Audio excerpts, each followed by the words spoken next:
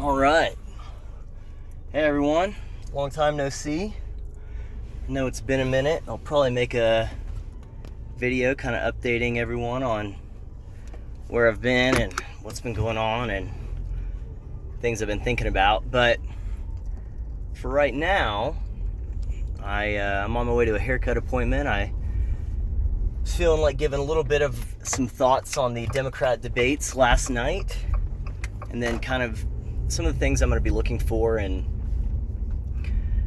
expecting to see tonight in the main stage debate, I guess, if you could call it that. But, so a couple observations from last night first.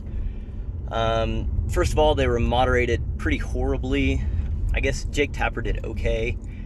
Don Lemon was pretty much the worst. Not that that's, like, new for Don Lemon, but it wasn't very good. Each candidate seemed to have, all of 7.5 seconds to give any type of answer, which also isn't super productive. So that wasn't good. But right out the gates, I noticed that they were trying to foster some sense of antagonism or conflict between the candidates, which isn't necessarily a bad thing if you're trying to draw distinctions on policy. Obviously, that's the point of debate, so people can figure out how the candidates differ from each other, but it seemed a little over the top, a little sensational. So I'm interested to see how that'll play out tonight, particularly between, Joe Biden and Kamala Harris. Obviously, that's the one that everyone's looking for. And I'm sure that Cory Booker will jump in the ring. It's no accident that Booker and Harris are flanking Biden on his left and right. So I think they're setting it up to be another kind of conflict-ridden, antagonistic type debate. So I'm going to be looking for that. I think Biden has a real tight line, real fine line he's going to have to walk in terms of not being caught off guard by attacks, but also not appearing overly aggressive and thus confirming the incredibly disingenuous and dishonest inferences that Harris and Booker have made, in terms of saying that he's basically an out-of-touch racist. Because if he goes too hard on the attack, then it's going to confirm, well, why is he attacking, these people of color? Both Harris and Booker have shown that they are not even remotely above doing things like that. So we'll see how that goes. What was also interesting was I thought that they did do a good job, the moderators, in drawing out distinctions in policy of, the more radical Bernie Sanders, Elizabeth Warren wing, and basically everyone else, right? The moderates. And what was really fascinating to me about that was, honestly, well, first off, both Harris and Sanders looked really bad. They didn't have good answers for anything.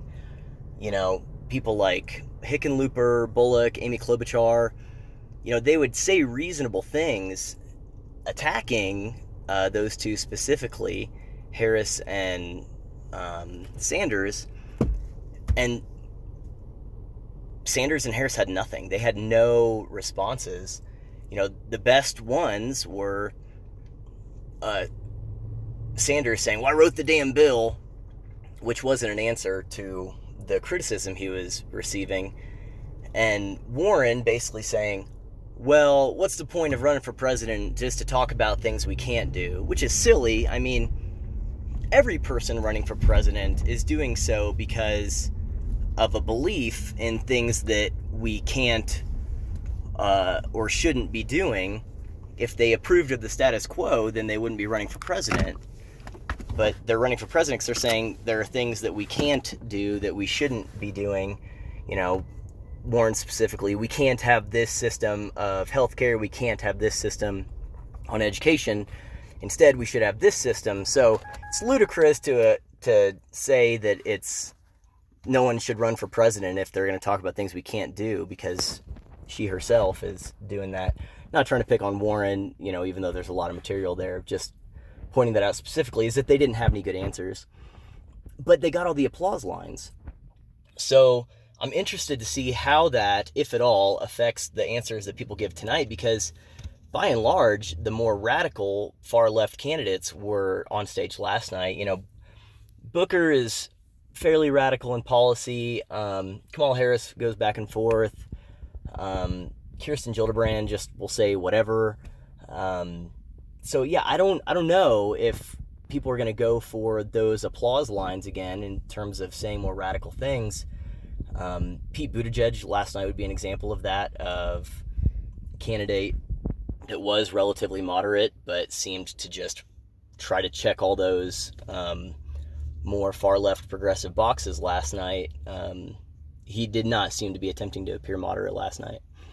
So it'll be interesting to see if the people on stage will go for who they think is in the audience, which were the people last night were clapping for the more radicals in the party, or if they're going to be more speaking to the people at home who are mostly nodding their heads in agreement with people last night, Hickenlooper, Klobuchar, etc. So yeah, I don't know how that's going to play out, but the questions I expect tonight to be a lot more racially polarized for obvious reasons. Last night was the whitewashed stage, right? And the one tonight is the one that'll have all the people that aren't white who are left in the primary of the 432 candidates. I expect antagonistic questions. I expect conflict off the bat. But I also expect the moderators to again be asking questions to try and separate out where are you on some of these more polarizing radical issues, like abolishing private health insurance, for example.